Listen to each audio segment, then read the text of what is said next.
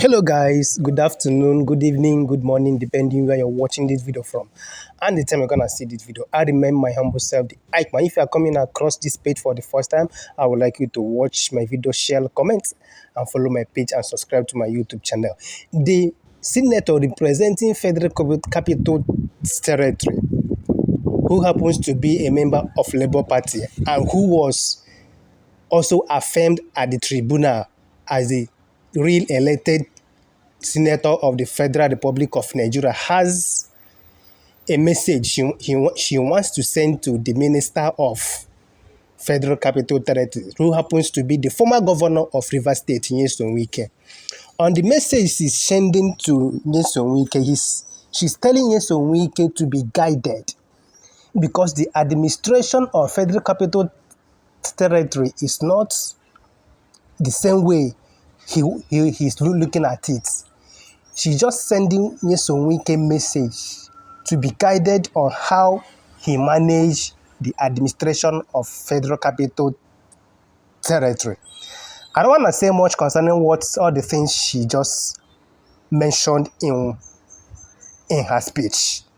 Just watch the video to the end and share the video so that it will go viral and also get to Nyesom Wike in case he never see him and all his boys, they never see the thing, so that they will send the message to him so that he'll be guided, not by fire, by force. Understand? Good afternoon, everybody. Yesterday night, the election tribunal, reaffirmed my election as the duly elected senator for the Federal Capital Territory. And I feel a great sense of relief that I can now start facing the work that the people of the FCT elected me to do. First, I would like to thank the very best legal team, the best lawyers anybody could have. I'm really blessed to have had them. Secondly, I was also blessed to have some of the most, the fairest judges that could be found anywhere. Our judges were very serious. They showed a lot of fairness, integrity in their job, and I consider myself blessed to have been given such judges. Thirdly, I would like to thank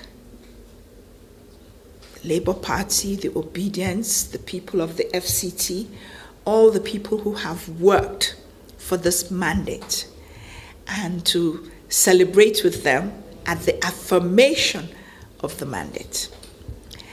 I would also like to reach out to Senator Aduda. There's no victor and there's no vanquished. He ran a good race, and now that it's over, I would reach out to him to come and work with me, to do for the FCT together the things he would have done had he won. The goal is to make FCT great, and I know that's what he would wish. Just as I have worked with him in the past, I am sure that we can work together. I would also like to reach out to Honorable Zachary Angulu and every other person that ran against me, other stakeholders in the FCT, Honorable Gisalo, and all the other people that have always strived for the best in this place, that we should all join hands and work together and make FCT a great place. FCT, for whatever reason, has regressed in the last several years, 20 years, let's put it this way, so it's not anybody's specific fault. But it's the capital, it's the seat of government, the face of Nigeria, and we should make it one that we will all be very proud of. And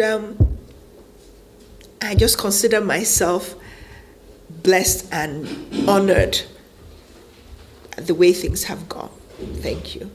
Until the Supreme Court decides that FCT is a state, I think I will leave that subject till then. When they do decide that we're a state, then we will start asking for the things that every other state has. 3 senators, several House of Rep members, and all the other perks of a state. But until then, the only perk we had was that the president is supposed to be the governor of FCT and the Senate, the equivalent of the state assembly. That's in the Constitution. So let's see what the constitutional reform would bring and what the Supreme Court decides. So we will leave that for now, so because it is sub judice. But going to the subject of demolitions, because I have been engrossed in my case and many things, and the minister is very new, we have not met. We spoke for the first time today when he called to congratulate me, and we assured each other that we will work together. Now, you must remember, the minister and I have different goals. I was elected by the people, therefore answerable to you, the people of the FCT. He's not. But working together, I'm hoping that we can merge our interests. For one thing, I'm not telling you that there won't be demolitions. There are many problems with FCT. Look at the flooding that's taking place everywhere. Why? Houses are being built on flood channels. Permission is being given for people to build estates in floodplains. So many things that we need to fix. In the process of fixing them, I'm not talking of random demolitions that I think that the minister has not been here long enough to have studied everything holistically. And I really feel that he needs to take time to look at the whole picture of the FCT, then decide what places and things. Lots of things need demolishing. There's no doubt about it. I can tell you several right now. When I went to Trade Mall, you can even see houses being built. Not that they've already, that they are built up houses. So they are in the process of being built in the flood channel. You know that for the good of the whole estate, those houses must go down. But truthfully, I can't tell you about the ones that have been demolished so far. I have not been paying attention. I feel that I have the full right to now speak as the senator representing the FCT now that I have been reaffirmed. Before, we were in court, and every day as the case got closer, I was pretty occupied with it. So we will address them, but what I can assure you is that the interest of the people will be paramount in everything that I do. Does that answer your question, sir? Let me take a shot. Matter is that the mandate secretaries need to be approved by the National Assembly. I'm not aware that they have been. That's number one. Number two, one of the reasons why,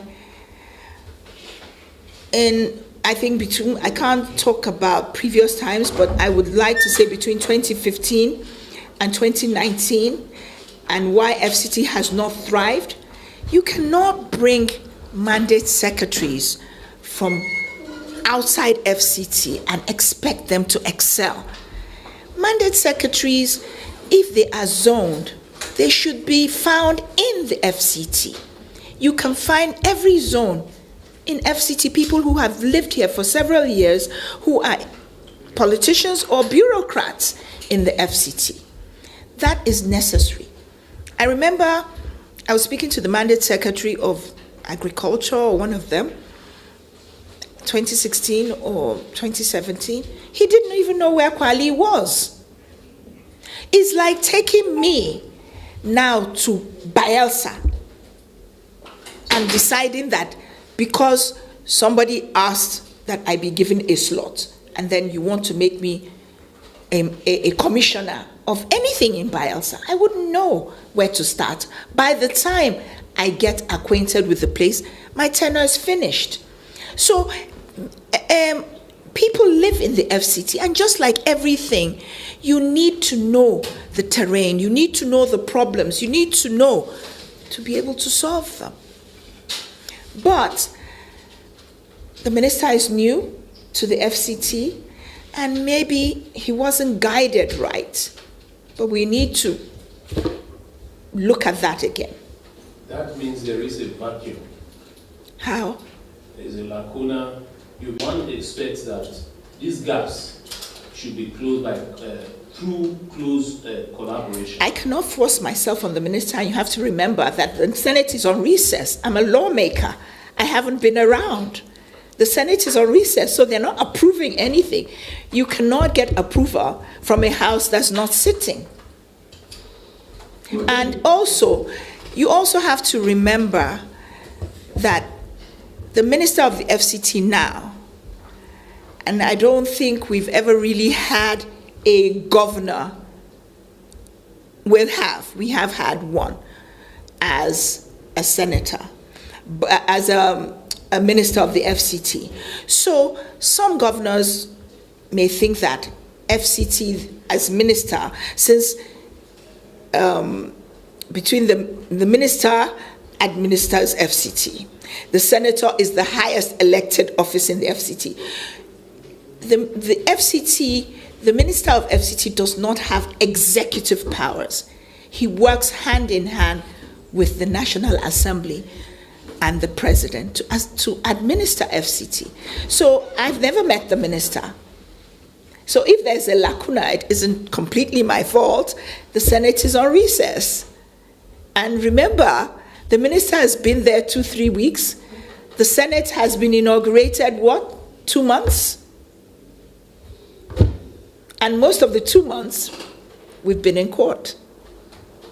I feel that just as you expect your leaders to be kind to you, you also have to be kind to your leaders.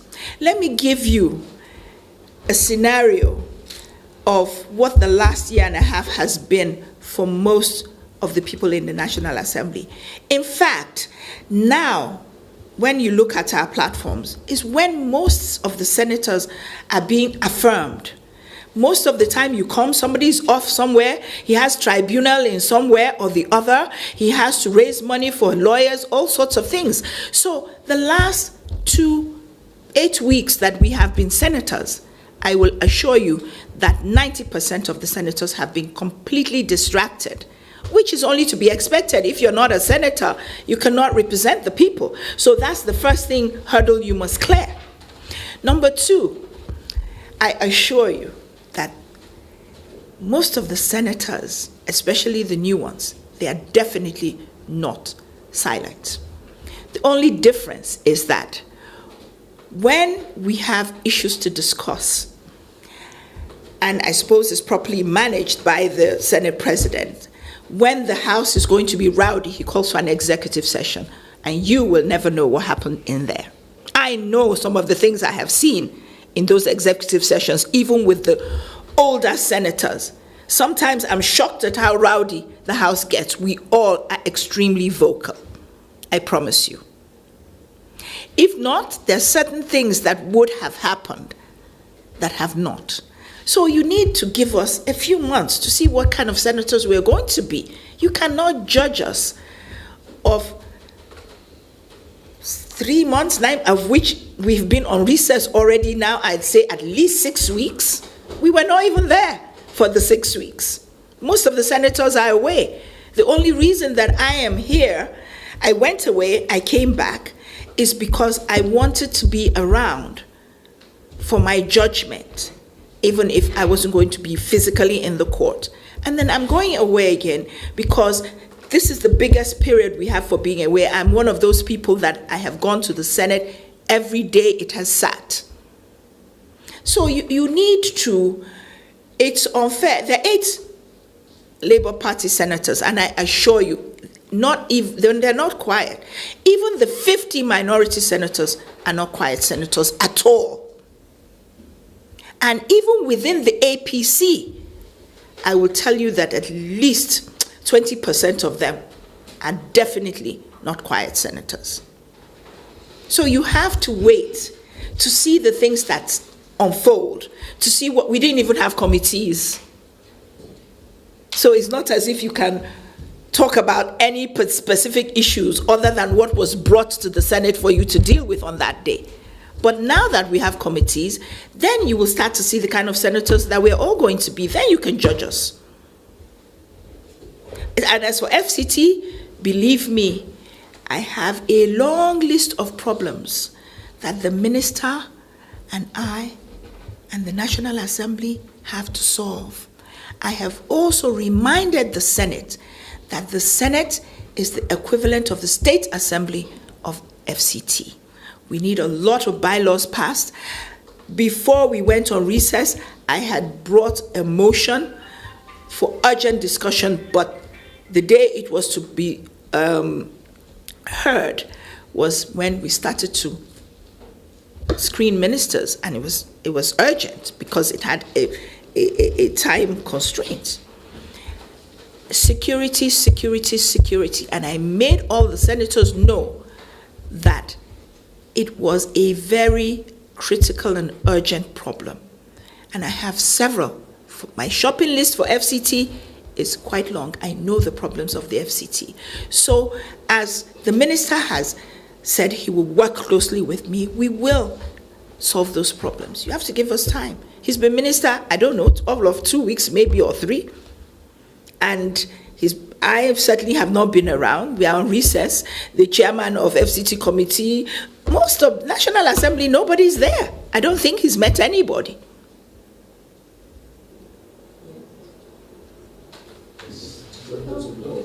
Pardon? The judgment of the court. Well, obviously, as an obedient, and just even a Nigerian, I can see a lot of lapses in the decision of the courts. And I also, a lot of the tribunals, but as you all know, and that's why I said I counted myself lucky, and there are many things I cannot tell you about, but I know that my judges had a lot of integrity. They were the real judges.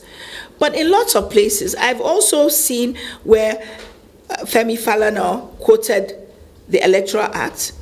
If you're not a member of a party, you cannot complain about the primaries of a party, and you have 14 days from the date of the primaries to do so. But some judges are using that to undo elections. Let's see what the Court of Appeal says about things like that. There are many things that are wrong. I also see certain places where somebody is in court, then he goes and takes another job as a minister. I've also seen the Supreme Court, ruling that once you have taken another job, then the senatorial bid has lapsed. Do you understand what I'm saying? So that we have to wait till all these cases are concluded. Then we can then talk about them. But for now, I'm chairperson of the Women Affairs Committee in the Senate, number 1. Number 2, I have certain gender programs. One of them is called Involve Her. The other one is a new Nigeria for every woman. You will become aware of them in the next couple of weeks when I'll be launching them. When my website, I was waiting for yesterday to also launch my website, you will then see that I take the gender issue very, very seriously. I'm also trying to revisit affirmative action for women as law, but obviously working together with everybody in the Senate for gender mainstreaming. This is not something that we can do alone or on our own. We have to get the buy-in of everybody.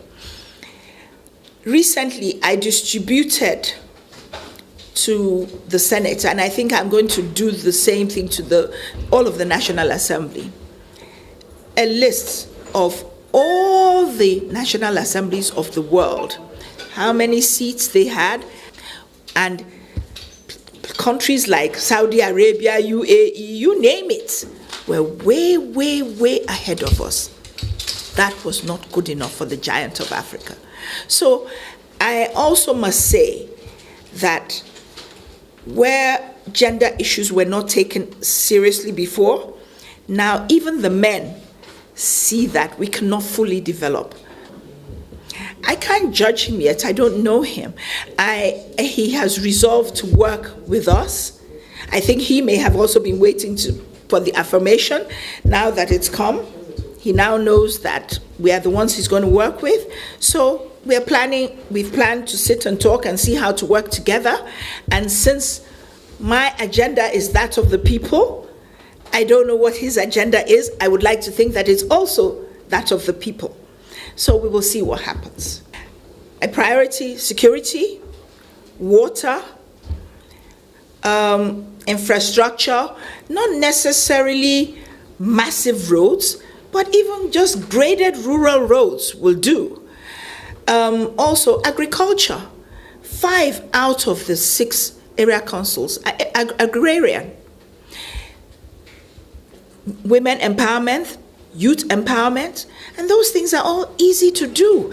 A lot of the things, the sustainable development goals, they all are interwoven. They're not standalone.